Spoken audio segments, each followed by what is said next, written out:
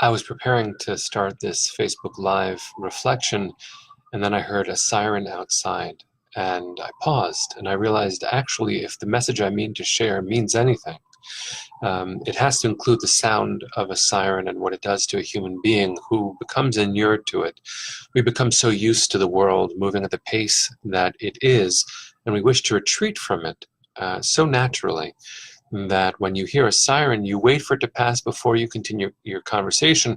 And in fact, as Rabbi Zalman Schachter Shalomi once taught, sirens annoy, but they actually should draw our attention in. What should we do when we hear a siren? We should say a prayer that those who are involved in the search and the support of an ambulance, of a police effort, or some other kind of first responder emergency, we should pray for their welfare and for the welfare of those they are tending to. So he instructed those of us who listen to offer a short prayer based on Numbers 12, Bamidbar Yud Bet. And we should say, El Narafanala, God, may you heal them, heal her, heal those in need. So hearing the siren actually was a good reminder to me that I should be in the world, and we should be in the world as we respond. So toward that, this week contains my favorite Rashi of all. This parsha is VaYeshev, and it involves the beginning of the Joseph narrative, but it comes right after some of the most formative moments in our family's history when it comes to Jacob and the wrestling with the angel, the reuniting and confrontation with Esau.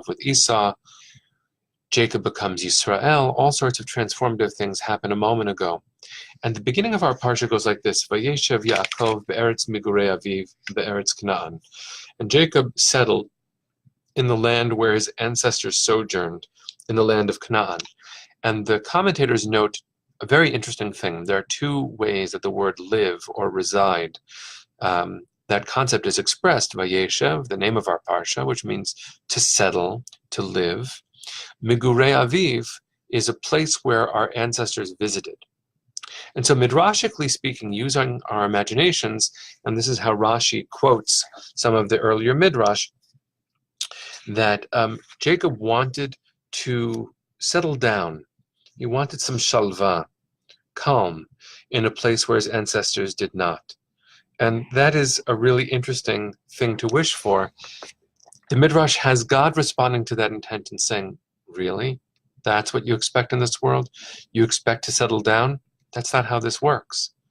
You, a righteous person, someone who is called to be in the world to fulfill a mission, you don't get to rest.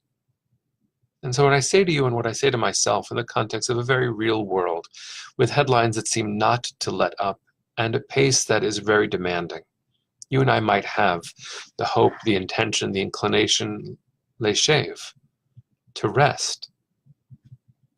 And it's not that we hear God answering, but maybe in your own heart, when you have the inclination to rest, when you are called to move forward, maybe our hearts are saying, no, you don't get to do that now. The world to come, that's when we'll rest. Of course, there's a sardonic way that some of our ancestors perhaps said this to us: I'll rest when I die. Now, we don't believe that death is the end either.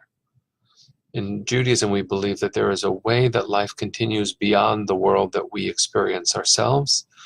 And we pray that the world we will hand our children and the next generation will know just a bit more rest because of the work that we do. It might not feel like it. It might not feel likely. When Jacob seeks to rest, immediately the Joseph saga begins.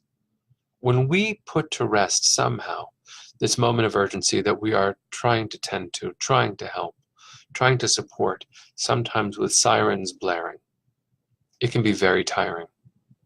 What a gift it might be for ourselves, to pray for our own welfare as responders, first, second, third responders in the world. What a gift it would be to see ourselves as worthy of that prayer, to know that God has called us to be in the world, quiet sirens blazing, and that when we show up, there are people in need. We are here to help, and maybe when we are in need, others will show up to help, and we will rest eventually. Just not yet. Just not yet. VaYeshev Yaakov be'eretz migurei aviv be'eretz Canaan. Jacob sought to rest in a place where his ancestors didn't get to. Of course he did. Of course we do. Of course our children will.